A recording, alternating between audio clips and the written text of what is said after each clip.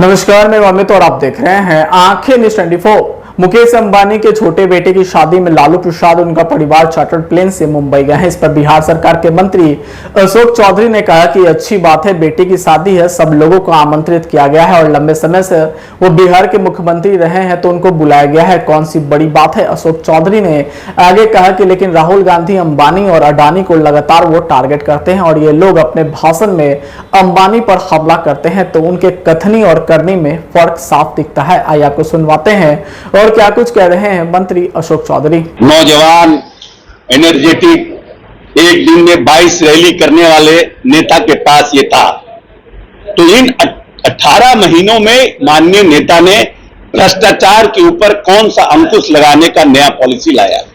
अगर इनको लगता था कि ये भ्रष्टाचार है। दूसरी बात कि इस पुलों को रक्षित करने के लिए, इस पुलों की स्थिति और फर्दर मजबूत हो और प्रदेश की जनता को कोई प्रॉब्लम नहीं हो, समस्या नहीं हो, इसके लिए इन्होंने कौन सी बैठक की थी।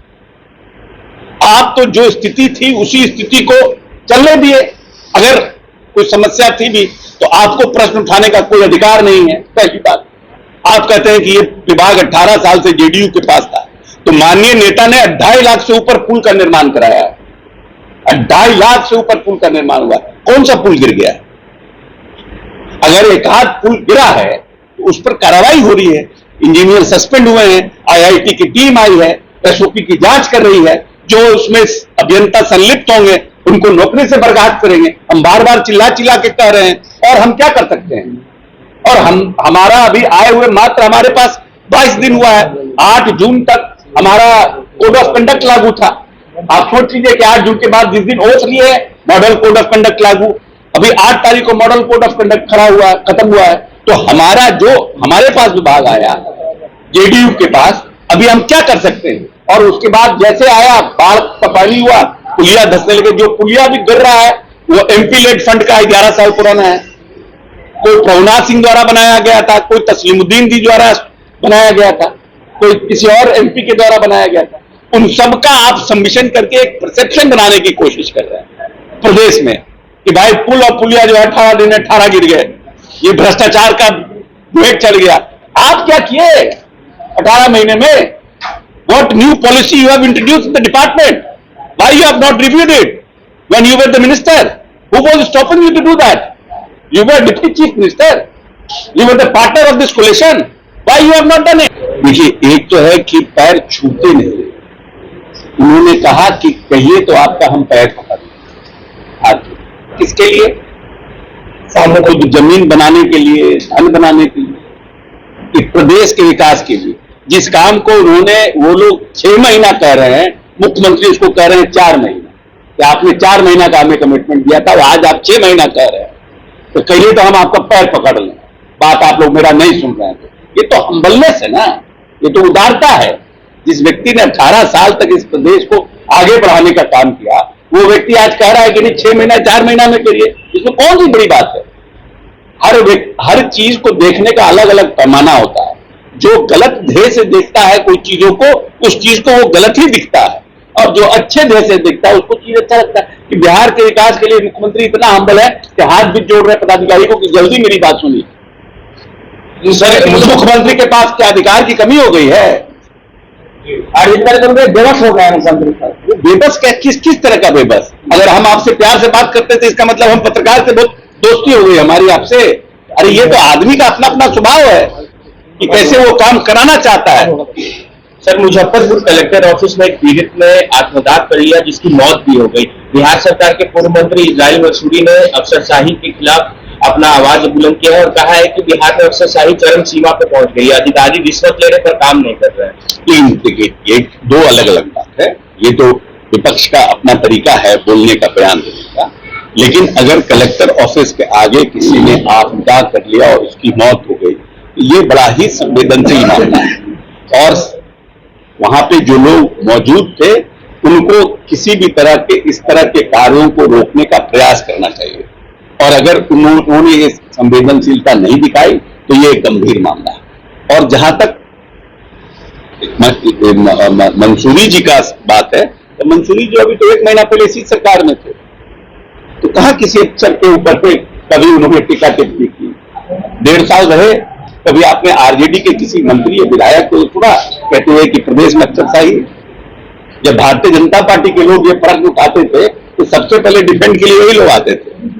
तो जब आप कुर्सी के इस तरफ रहिएगा तब आपका बर्ताव दूसरा रहेगा और किसी के उत्तर देगा बर्ताव अलग रहेगा। देखिए, हमारा बहुत पुराना डिमांड है, इसलिए कि हमने आपको कहा है कि माननीय नेता का हमारे सिर्फ और सिर्फ जीवन का मकसद है बिहार का डेवलपमेंट, और माननीय नेता ने अपने लिमिट रिसोर्सेज से बिहार को सबसे तेज गति से चलने वाला बिहार बनाया है, इसमें कोई दो मत नहीं। हमने प्रति व्यक्ति औसत को 4.5 रुपया से 11-11.5 रुपया लाया है, इसमें भी कोई मत नहीं है। हमने खाद्यान्न के प्रोडक्शन को, चाहे गेहूं हो, चावल हो, मक्का हो, डबल किया है किसी रोड मैप से, इसमें भी कहीं दो मत नहीं। हमने 2.5 से 3 लाख किलोमीटर रोडों का निर्माण किया है इस प्रदेश, इसमें भी ये सब हमने अपने लिमिटेड रिसोर्सेज से किया। जो बालियां भी कर रहे हैं वो हम अपने लिमिटेड रिसोर्सेज से कर रहे हैं। अगर केंद्र सरकार हमें विशेष पैकेज या विशेष राज्य का दर्जा दे, उसकी तरह कोई स्कीम्स हमको देगा, तो निश्चित रूप से बिहार को और तेजी से हम आगे ले जा सकते हैं और हम जो विकसित राज्य हैं उसके श्रेणी में हम आ सकते हैं। ये हम बिहारियों का अपना सोच है और अपने मेरे नेता का सोच है, और माननीय नेता ने बार बार कहा है, और अभी भी जो हम लोगों का नेशनल एग्जीक्यूटिव हुआ था उसके पॉलिटिकल एजेंडा में हम लोगों ने ये दोनों बात रखा। तो निश्चित रूप से हमारा कमिटमेंट इसके लिए फर्म है और हमारे नेता ने प्रधानमंत्री से भी अपनी भावनाओं को अवगत कराया है।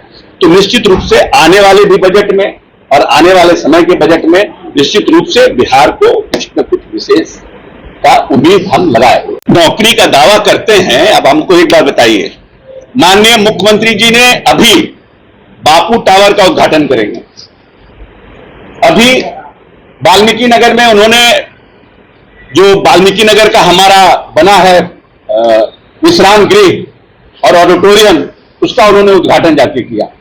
अब गए हमारे साथ जयंत राज जी माननीय मुख्यमंत्री जी के साथ। आंखें जो आपका चैनल है उसके लिए और उसके दर्शकों के लिए 2 लाइन की हम शुभकामनाएं अपने ढंग से देते हैं। आप सब में मिठास घुल जाए बांसुरी और बीन की तरह, और लोग आपको भी प्यार करने लगे वैक्सीन की तरह।